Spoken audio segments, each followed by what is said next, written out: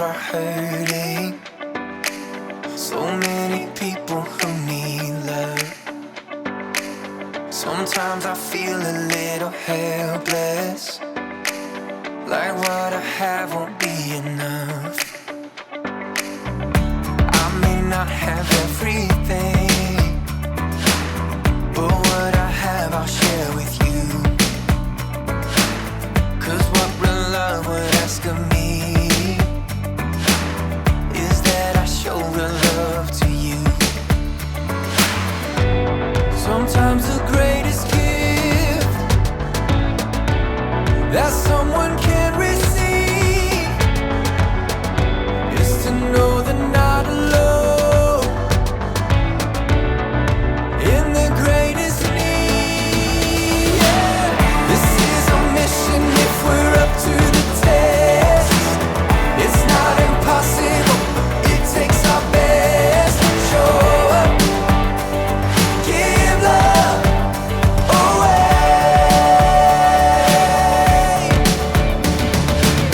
This is our mission if we're up to the test.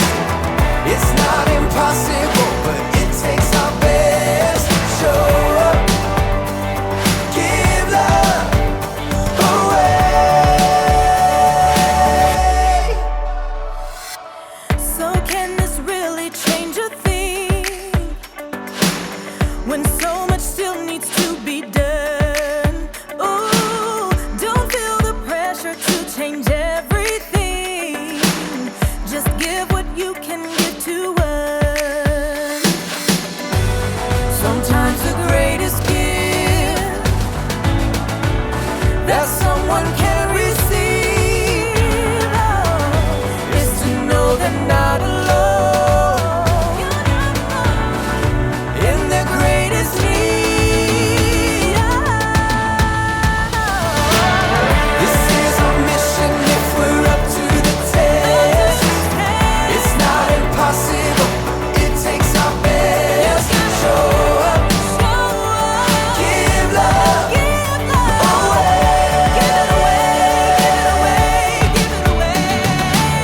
This is our mission if we're up to the test. It's not impossible, but it takes our best. Show up, give love away.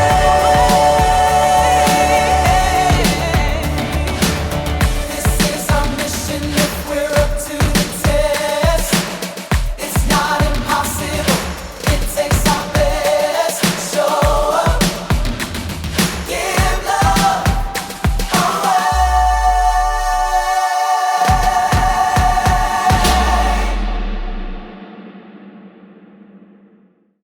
Oh, yeah? Okay. Sure. All right, that passed me. Uh-oh.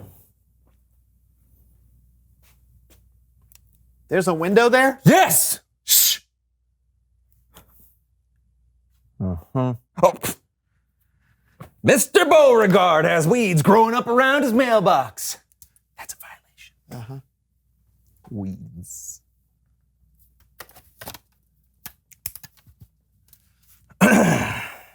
What are you doing? Neighborhood watch! Shush!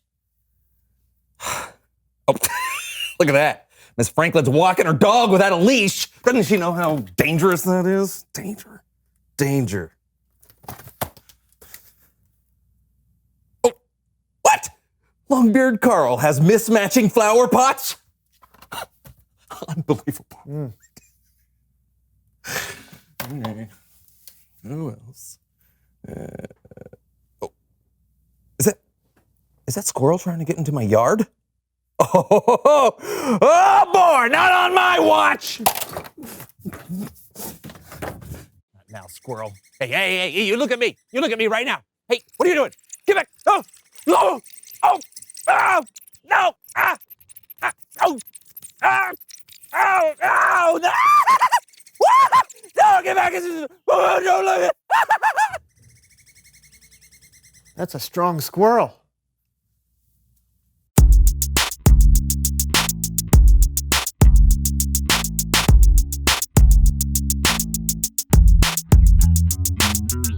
Hey everybody, I'm Brandon. I'm John. You're watching the So-and-So Show. And John is watching his neighbors. I knew something fishy was going on. What do you see? Well, I see strangers, a moving van, people moving boxes in and out of the house next door. Sounds like you have some new neighbors moving in. New neighbors. Yep. What do I do? What do I do? This is a big deal. You could go meet them after we finish the show. Well, I can't just walk over there and talk to them. I have to bring something, do something, be a good neighbor. Sounds like you're putting a lot of pressure on yourself. No, I'm not. I just want to be a good neighbor. Oh. Okay, maybe we need someone to help us. Please welcome. Someone who knows stuff. I'm Melinda Manners.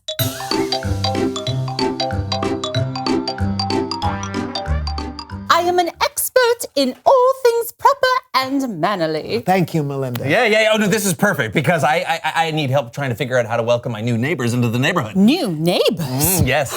Oh, now, this is a big one. Yeah. I'll need to consult my great-great-grandmother's handwritten handbook, The Manners Book of Manners.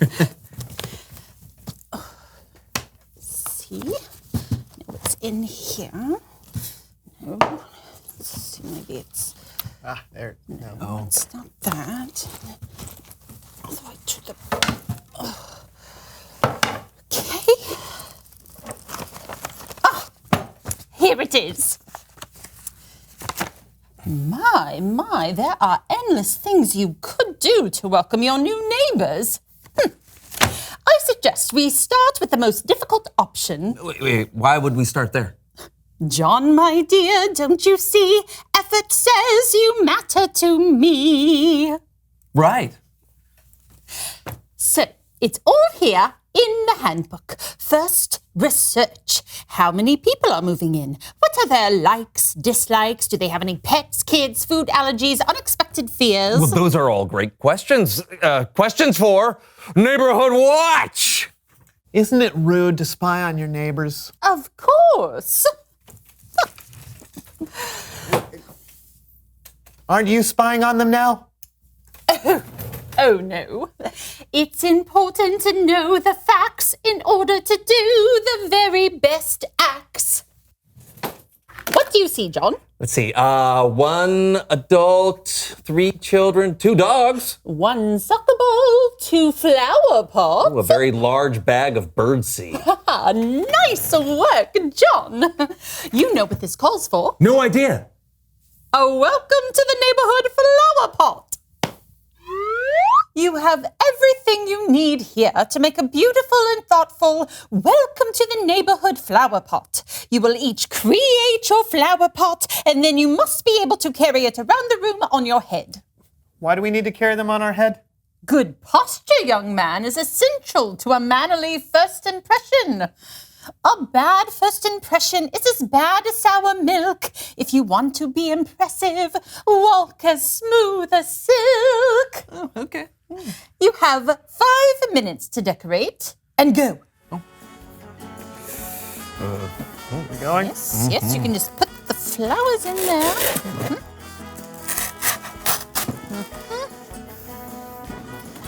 Okay. Don't forget to add the candy. Oh, right. Oh, I thought this Savoring was for the me. Candy? No. Butter goes on the flower. Yes, so birds are really attracted to the peanut butter and the seed holds it on. Nice, very nice. Yes? Oh, you are very good at this. You have done this before, sir, I'm sure. Yes. Beautiful work, yes.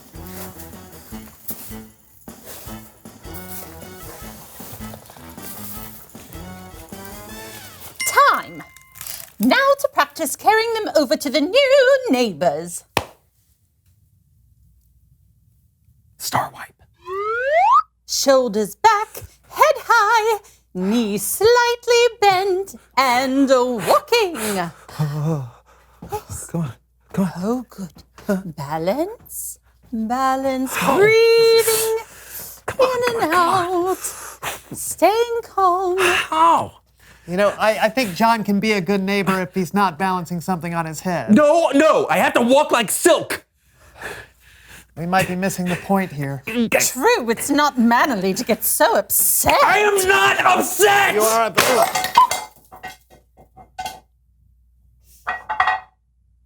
It's Bible story time with Kellen.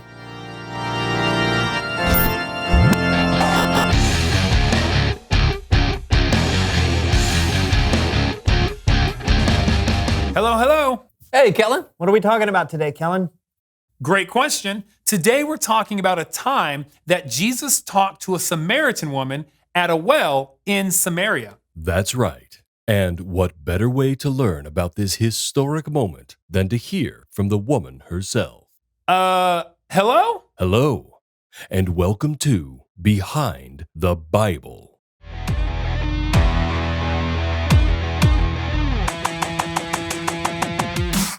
Jesus and his disciples were traveling through Samaria. Jesus, tired from his journey, sat down at a well while his disciples went into town to buy food. While he was sitting there, a Samaritan woman came to draw water from the well. It was the middle of the day, and he was just sitting there by himself. All I knew about him is that he was Jewish, and Jews did not talk to Samaritans. Plus, I'm not exactly the person people liked to talk to. Back then, most people just ignored me or were mean to me, so I wasn't going to say anything. Just to be clear, that was not the real woman from Samaria that Jesus talked to. This happened a long time ago before cameras were invented. I think the people watching already know that. I know. I just want to make sure. Can you let me do my job, please? Oh, sure. Jesus asked the woman if she would give him a drink. Of course I was surprised when he asked. I was surprised he was even talking to me. I asked him how he could ask me for a drink when he was a Jew and I was a Samaritan woman. And he said, and I'll never forget this, he said, "You don't know who is asking you for a drink. If you did, you would have asked him. He would have given you living water." Sounds crazy, right? I mean, how could I ask him for a drink? He didn't even have anything to get water with. And who's ever heard of living water? Jesus told her, "Everyone who drinks the water from the well will get thirsty again. But whoever drinks the water I give will never get thirsty." When the woman asked Jesus for this living water, he told her to go get her husband. But Jesus knew that she had no husband. In fact, Jesus knew everything about her. that's right. I know. It blew my mind, you know? How could a stranger know all about my past? He knew all the mistakes I'd made, all my sins, but he was so kind about it. He wasn't embarrassed or mad he just saw me for who I was and knew me. That's when I realized he was no ordinary man. Jesus told her the truth about himself, that he was the Messiah, the Savior of the world that the people had been waiting for. And that's when his disciples returned from getting food. Yeah, we were surprised to see him talking to a Samaritan woman, but we didn't say anything. Jesus was always surprising us with who he talked to. He cared about everybody. There wasn't a single person he thought of as not worth his time or attention. I guess we should all be like that, huh?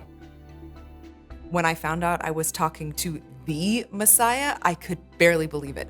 I left my water jar. Cannot believe I did that. And I ran into town just shouting at people, "Come see a man who told me everything I've ever done. Could this be the Messiah?" It was amazing. And I think people came to see him in part just because of how excited I was. They wanted to see for themselves what I was talking about. It was like the whole town came up to see Jesus. They begged him to stay with them, so we stayed there for 2 days. And so many people believed in him. They believed in Jesus as the Savior of the world. It was incredible. That day changed me. He changed me. I won't ever be the same again. Jesus showed the woman who he really was, the Savior of the world. And because of her response to him, many people in her town met him and believed in him too. This has been Behind the Bible. That was really awesome. That was a great narration. Yes, I know. Okay. Hey, what did you guys think? That was great. Yeah, Jesus changed that woman's life. And saved her city. Yep. Jesus showed this overlooked woman that she mattered. And she responded by sharing the good news with everyone she knew. It's important to remember that no matter who you are, where you're from, or what you've done, we still matter to Jesus. Thanks, Kellen. You betcha. Wow. So Jesus is amazing at showing people that he cares for them. Yeah, everyone matters to him. Oh, reveal the question.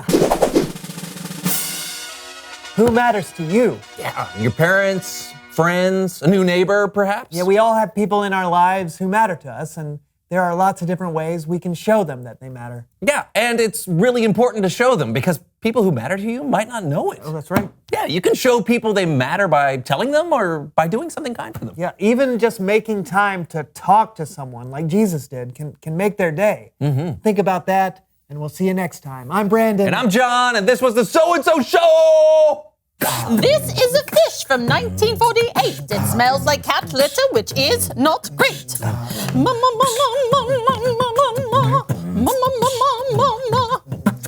This is a dog bone halfway chewed.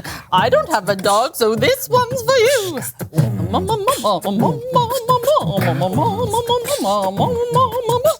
Everybody likes freshly baked goods. Nothing says manners like an oven full of foods. I've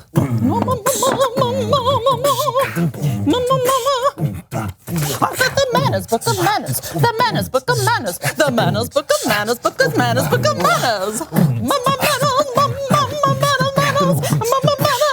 now bring it home, boys.